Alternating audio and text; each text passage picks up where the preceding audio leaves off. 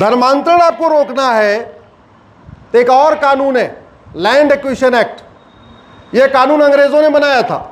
अंग्रेजों ने बना के पूरे भारत में 10 लाख से ज्यादा एकड़ जमीन क्रिश्चियन मिशनरीज को बांट दिया। ये 1984 का कानून बना के, और इस कानून के बाद 99 साल की लीज पे वो जमीनें बांटी गई क्रिश्चियन मिशनरीज को, उनके स्कूलों को, उनके हॉस्पिटल को, उनके जितने सिस्टम है उनके। पूरे देश भर में सिविल लाइन जो बनी है, आप सुनते होंगे ना सिविल लाइन, वो सिविल लाइन इसी कानून के अंतर्गत बनी है। और जहां जहां सिविल लाइन होती है वहां 50% जमीन क्रिश्चियन मिशनरीज की होती है, और उनका 99 साल का लीज पूरा हो चुका है। अब वो क्या कर रहे हैं, सिविल लाइन की 1 बिस्वा जमीन बेचते हैं और 20 किलोमीटर दूर जाके 1 एकड़ जमीन खरीद लेते हैं, क्योंकि सिविल लाइन जमीन बड़ी महंगी होती है। तो 10 बिस्वा बेचा, 10 एकड़ जमीन खरीदा, फिर 10 बिस्वा बेचा, उस पर बढ़िया हॉस्पिटल बना दिया। तो पूरी उनकी हॉस्पिटल कहां से बन गई, सिविल लाइन वाली जमीन से। बाहर से कोई पैसे की जरूरत नहीं पड़ी। और जब जमीन उनकी फ्री में, हॉस्पिटल उनका फ्री में तैयार हो गया, तो वो फ्री में इलाज करा के कन्वर्जन करा रहे। उनका सेल्फ सस्टेन्ड अपने आप में बिजनेस चल रहा है। सिविल लाइन में प्लॉटिंग कर रहे हैं, थोड़ी दूर पे जाके आदिवासी एरिया में, थोड़ा गांव के एरिया में स्कूल बना रहे हैं, हॉस्पिटल बना रहे हैं, उनको लालच दे रहे हैं, उनको किताबें दे रहे हैं, उनको पैसे दे रहे हैं। पैसा कहां से आ रहा है, सिविल लाइन की जमीन की प्लॉटिंग से। और सिविल लाइन की जमीन कौन खरीद रहा है, गरीब खरीद सकता है क्या, मिडिल क्लास खरीद सकता है क्या, नहीं, अपर क्लास, फैक्ट्री के लोग, उद्योगपति, वही सिविल लाइन में जमीन खरीदते हैं।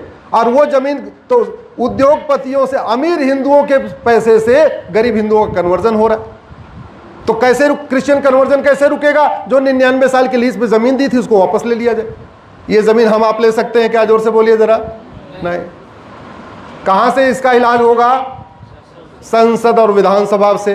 कैसे इलाज होगा, जब अपने सांसद विधायक को ये बातें जाके बताओगे। ये भी तो हो सकता है कि उनको पता ही ना हो इस बीमारी का इलाज का क्या क्या कैसे होगा।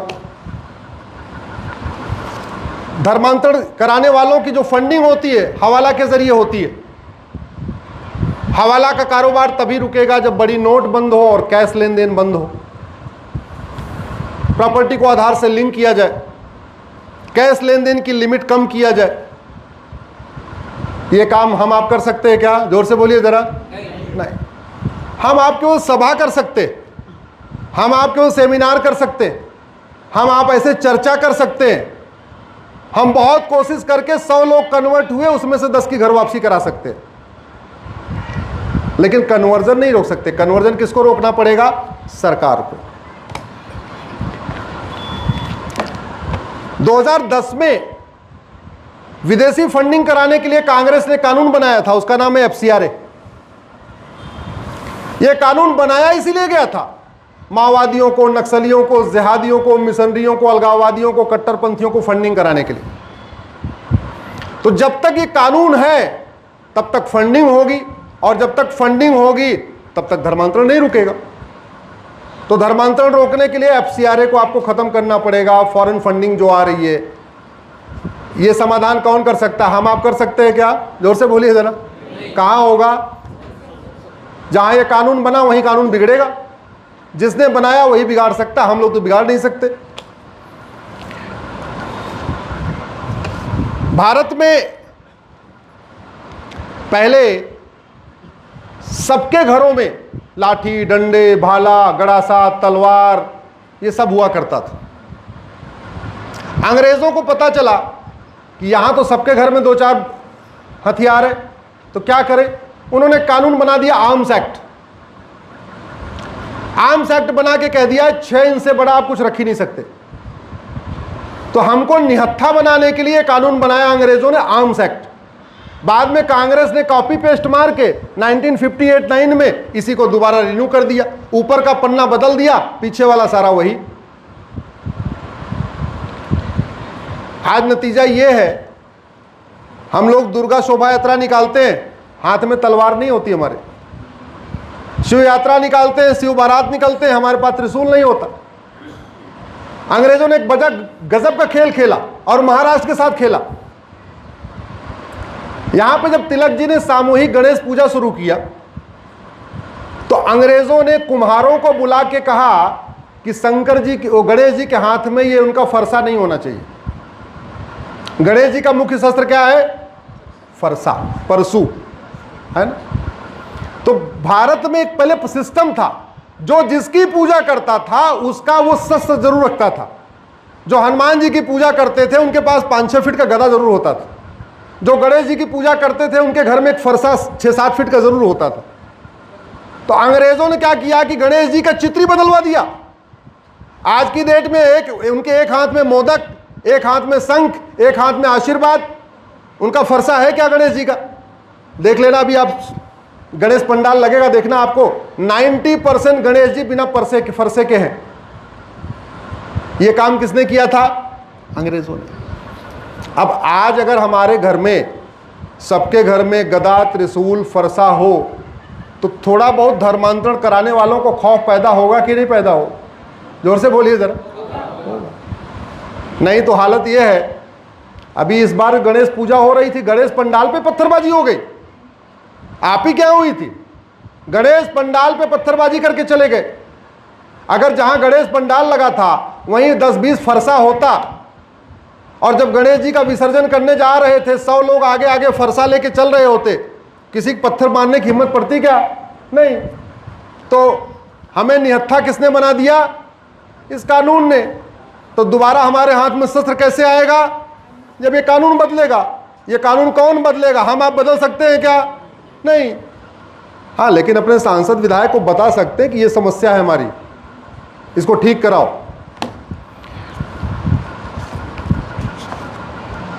धर्मांतरण की जो बहुत बड़ी फंडिंग होती है वो आती है फार्मा कंपनियों के जरिए। बहुत बड़ी फंडिंग आती है।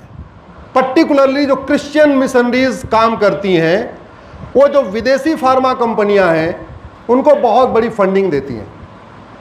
आपने एक शब्द सुना होगा, CSR, सुना होगा। जितने मिशनरीज ऑर्गेनाइजेशन हैं, उन्हें जो NGO बना रखा है, उसमें जो उन्होंने FCRA ले रखा है, उस FCRA से ये ड्रग कंपनियां, फार्मा कंपनियां उनको फंडिंग करती हैं। इलाज 1954 का ड्रग एंड मैजिक एक्ट, इसको बदलना पड़ेगा। इसको बदलेंगे तभी कुछ कंट्रोल हो सकता है, नहीं तो फंडिंग नहीं बंद होगी। फंडिंग नहीं बंद होगी तो धर्मांतरण नहीं बंद होगा। और सबसे बड़ी बात, भारत जब धर्मांतरण इतनी बड़ी समस्या है, फिर धर्मांतरण कराने वाले और उनके मददगारों को सांसद विधायक बनने का अधिकार मिलना चाहिए क्या? पार्षद प्रधान बनने का अधिकार मिलना चाहिए क्या? धर्मांतरण कराने वाले मिशनरी जिहादियों के चुनाव लड़ने, पार्टी बनाने, पार्टी पदाधिकारी बनने पर आजीवन प्रतिबंध लगे, इसके लिए 1950-51 का रिप्रेजेंटेशन ऑफ पीपल एक्ट बदलना पड़ेगा। ये कौन बदलेगा? जोर से बोलिए जरा। हम आप कर सकते हैं क्या कुछ? नहीं तो उनको फंडिंग आ रही है, वो उनकी मदद कर रहे हैं, उनको इलेक्शन में फंडिंग हो जाती है, उनकी पार्टी की फंडिंग हो जाती है, वो फंडिंग से मजे कर रहे हैं। आपको इधर उधर की बातों में, अगड़े पिछड़े में, मराठा गैर मराठा में, इसमें उसमें लड़ाए रहते हैं और लड़ा के अपनी दुकान चला रहे। जिस दिन सरकार धर्मांतरण कराने वाले मिशनरियों और जिहादियों पे NSA लगाना शुरू कर देगी, UAPA लगाना शुरू कर देगी, वेजिंग वॉर की धारा लगाना शुरू कर देगी, गैंगस्टर एक्ट लगाना शुरू कर देगी, मकोका लगाना शुरू कर देगी, और इनकी सिटीजनशिप खत्म करने के लिए रिकमेंडेशन देना शुरू कर देगी। ये कानून है सिटीजनशिप एक्ट। नागरिकता देने का भी सिस्टम है इसमें, नागरिकता लेने का भी इसमें सिस्टम है। आज तक किसी मिशनरी या किसी जिहादी की नागरिकता गई क्या? किसी गद्दार की नागरिकता गई क्या? किसी जासूस की नागरिकता गई क्या? किसी अलगाववादी कट्टरपंथी जिहादी की नागरिकता गई क्या? नहीं, क्योंकि ये नेहरू जी का 1955 का बना हुआ कानून सड़ा हुआ कानून है। जब तक भय नहीं पैदा होगा तब तक धर्मांतरण नहीं रुकेगा। और धर्मांतरण के एक और बड़ा कारण है, धर्मांतरण कौन लोग करते हैं जरा आप समझिए। गरीब करते हैं, सामान्यतः वही करते हैं ना। गरीबी का मूल कारण क्या है? जनसंख्या विस्फोट। यस, मैं बहुत दिन से इस पे काम कर रहा हूं। मैं देख रहा हूं कि जो कन्वर्ट हो रहे हैं इनका फैमिली का रेशियो क्या है। तो सामान्यतः वो परिवार कन्वर्ट हो रहे हैं जिनके घर में 4-5 बच्चे हैं, गरीबी है, भूखमरी है, बीमारी है, कुपोषण है, कोई और समस्या है, वो बच्चों को स्कूल में पढ़ा नहीं पा रहे हैं, उसका फायदा उठा के, बीमारी है हॉस्पिटल में इलाज करा के धर्मांतरण, गरीबी है कुछ 500 रुपये 1000 रुपये महीना दे के धर्मांतरण, बच्चों की स्कूल की दिक्कत है, स्कूल में फ्री एजुकेशन दे के धर्मांतरण। अब वो दे के वो क्यों दे पा रहे हैं, हम क्यों नहीं दे पा रहे? क्योंकि दोनों के पास 50-50 देश है। एक के पास 50 देशों से पैसा आ रहा है, भैया तुम धर्मांतरण कराओ। दूसरे के पास भी लगभग 50 देशों से पैसा आ रहा है, तुम भी धर्मांतरण कराओ। हमारे पास किसी देश से पैसा आ रहा है क्या घर वापसी कराने का? जोर से बोलिए जरा। अरे जब सारा खेल पैसे से होता है और हमारे पास पैसा ही नहीं है तो घर वापसी कैसे करा लेंगे? सरकार ने ऐसी कोई योजना बनाई क्या कि भाई जो जो वापस आएगा उसके लिए हम मकान देंगे, उसको हम दुकान देंगे, उसको हम फ्री में अनाज देंगे? ऐसी कोई योजना है क्या? वो तो सबके लिए है। जब सबके लिए तो लोग घर वापसी क्यों करेंगे? अगर सारी योजनाएं SC ST के लिए होती, जो सारी योजनाएं सबके लिए खुली हुई हैं, ये सबके लिए खुलने की बजाय SC ST के लिए होती योजनाएं, तो लोग उन योजनाओं के लालच में दोबारा अपने अपने उसमें आते। क्योंकि ज्यादातर जो कन्वर्ट हुए SC ST से या OBC से कन्वर्ट हुए, OBC में बहुत कम है, SC ST से कन्वर्ट हुए, किस लिए कन्वर्ट हुए? कुछ लालच में। आज की डेट में तो कन्वर्ट करने पर उनको डबल फायदा मिल रहा है। SC ST वाला भी फायदा मिल रहा है, माइनॉरिटी वाला भी फायदा मिल रहा है। 10 योजना का नाम लाभ SC ST के रूप में ले रहे हैं और 10 योजना का लाभ माइनॉरिटी के रूप में ले रहे। तो आज जो योजनाएं चल रही हैं ये धर्मांतरण को बढ़ा रही हैं या घर वापसी को बढ़ा रही हैं? जोर से बोलिए जरा। धर्मांतरण को बढ़ा रही। तो समाधान क्या है? ये योजनाएं हम ठीक करा सकते हैं क्या? हम कर सकते हैं क्या? नहीं। हम केवल सेमिनार कर सकते हैं, हम बैठक कर सकते हैं, हम चिंतन मंथन कर सकते हैं। समाधान कहां से होगा? डॉक्टर करेगा। अच्छा एक चीज बताओ, आपके घर में अगर किसी की तबीयत खराब हो तो आप डॉक्टर को दिखाते हो, डॉक्टर दवाई दे देता है। एक हफ्ते अगर बुखार नहीं उतरा, एक हफ्ते बाद फिर जाते हो, डॉक्टर ने फिर वही दवाई दे दिया। एक हफ्ते बाद फिर गए, फिर भी बुखार नहीं उतरा, तो आप डॉक्टर को क्या बोलते? जरा जोर से बोलिए। हाँ डॉक्टर साहब ये क्या दवाई दे रहे हो, दवाई तो काम ही नहीं कर रही है, बुखार तो ठीक ही नहीं हो रहा। और फिर भी अगर डॉक्टर ने दवाई नहीं बदला तो आप क्या करते हो? फिर डॉक्टर को बदल देते हो। ऐसे ही करते हो ना। और फिर नए डॉक्टर को गए, वो भी दवाई नहीं बदल रहा, फिर क्या करोगे? फिर डॉक्टर बदलोगे। तो हम 75 साल से डॉक्टर बदल रहे हैं और डॉक्टर दवाई नहीं बदल रहे हैं, और डॉक्टर दवाई नहीं बदल रहे तो समस्या ठीक नहीं हो रही। धर्मांतरण लाइलाज समस्या नहीं है। धर्मांतरण को ठीक करने के लिए हमारे एडवोकेट साथी बैठे हुए हैं। इसमें एक चैप्टर है नई वाली भारतीय न्याय संहिता में, पहले IPC में भी थी व्यवस्था, ऑफेंस रिलेटेड टू रिलीजन। ये पहले भी था, आज भी है। मतलब धार्मिक भावना आहत करना अपराध है, लेकिन किसी को झूठ बोल के, लालच दे के, धोखा दे के, बीमारी का इलाज ठीक करने के नाम पे, नपुंसकता ठीक करने के नाम पे, बाजपन ठीक करने के नाम पे, भगवान जाने क्या क्या वादा करते रहते हैं, ऐसे ऐसे वीडियो आते रहते हैं। उसको धर्मांतरण कराना अपराध नहीं है। तो समाधान ये है, इसमें एक चैप्टर जोड़ना पड़ेगा, ऑफेंस रिलेटिंग टू कन्वर्जन। और आपको विधानसभा में एक प्रस्ताव पास करना पड़ेगा कि धर्मांतरण राष्ट्र की सुरक्षा के लिए खतरा है। जैसे ही विधानसभा में प्रस्ताव पास होगा धर्मांतरण राष्ट्र की सुरक्षा के लिए खतरा है, वैसे ही पुलिस NSA लगाना शुरू कर देगी। जैसे ही विधानसभा में प्रस्ताव पास हुआ धर्मांतरण हमारी एकता अखंडता के लिए खतरा है, और DGP को बोल दिया जाएगा फटाफट पूरे पुलिस धर्मांतरण कराने वाले मिशनरी और जिहादियों पर UAPA लगाना शुरू कर देगी। भारत के इस भारतीय न्याय संहिता में एक प्रोविजन है वेजिंग वॉर, और धर्मांतरण अपने आप में वेजिंग वॉर है। मुगल यहां सत्ता के लिए नहीं आए थे, मुगल धर्मांतरण कराने आए थे। अंग्रेज भी यहां सत्ता के लिए नहीं आए थे, अंग्रेज भी धर्मांतरण कराने आए थे। तो धर्मांतरण अपने आप में वेजिंग वॉर है, और वेजिंग वॉर के लिए आजीवन कारावास की सजा का प्रावधान है इसमें। लेकिन पुलिस लगा क्यों नहीं रही है? क्योंकि न विधानसभा में प्रस्ताव पास किया, न डीजीपी को बोला, न कप्तानों को बोला कि भैया जो धर्मांतरण कराए या जो धर्मांतरण कराने वालों की मदद करे उसके ऊपर वेजिंग वॉर लगा दो। ना हमने धर्मांतरण कराने वालों के ऊपर मकोका लगाने के लिए सारे कप्तानों को बोला, कमिश्नर को बोला, डीजीपी को बोला। ना धर्मांतरण कराने वाले मिशनरियों जिहादियों की 100% प्रॉपर्टी जब्त करने के लिए हमने कुछ प्रावधान शुरू किया। ना हमने धर्मांतरण कराने वाले मिशनरियों जिहादियों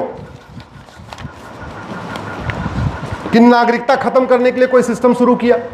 तो धर्मांतरण हो रहा है और नतीजा क्या है? नागपुर में अभी कुछ दिन पहले हमला हुआ और 3-4 दिन पहले तो नासिक में भी पुलिस वालों को पीटा कि नहीं पीटा? क्यों? कभी आपने अरब, दुबई, कुवैत में पुलिस वालों को पिटते सुना क्या? हमारे देश में ट्रेन के ऊपर पत्थरबाजी होती, कहीं आपने बाहर सुना क्या? हमारे देश में ट्रेन के ऊपर लोहे का टुकड़ा रख देते हैं कि ट्रेन डिरेल हो जाए। कभी आपने Arab, Dubai, Kuwait, Bahrain, Abu Dhabi में सुना क्या? नहीं। धर्मांतरण का इलाज है, समाधान है। धर्मांतरण रुक सकता है, लेकिन मैंने पहले कहा था, धर्म की जय करने से अधर्म का नाश नहीं होता, अधर्म का नाश करने से धर्म की जय होती है। समाज धर्म की जय कर सकता है, समाज अधर्म का नाश नहीं कर सकता। अधर्म का नाश तो शासन को ही करना पड़ेगा और इसीलिए कानून मंत्रालय, गृह मंत्रालय, बाकी मंत्रालय जो वहाँ हैं वो इसीलिए बने हुए हैं। आप लोगों ने इतनी देर सुना, मैं आप लोगों को धन्यवाद देता हूँ, आभार व्यक्त करता हूँ। फिर कभी मिलेंगे। इस दावे के साथ अपनी बात ख़त्म करता हूँ, इस वादे के साथ। एक बार आप लोग खड़े हो जाइए, मैं एक नारा लगाता हूँ, आप लोग पीछे से बोलिए हमें चाहिए आज़ादी। ज़ोर से बोलिएगा, ये वामपंथियों ने हमारा नारा चुरा लिया है। इतना तेज़ बोलिए कि वामपंथियों तक आवाज़ पहुँच जाए। गुलामी के नाम से, अरे भाई दोनों हाथ उठा के बोलिए हमें चाहिए आज़ादी। आज़ादी लेने में इतनी दिक्कत आ रही है?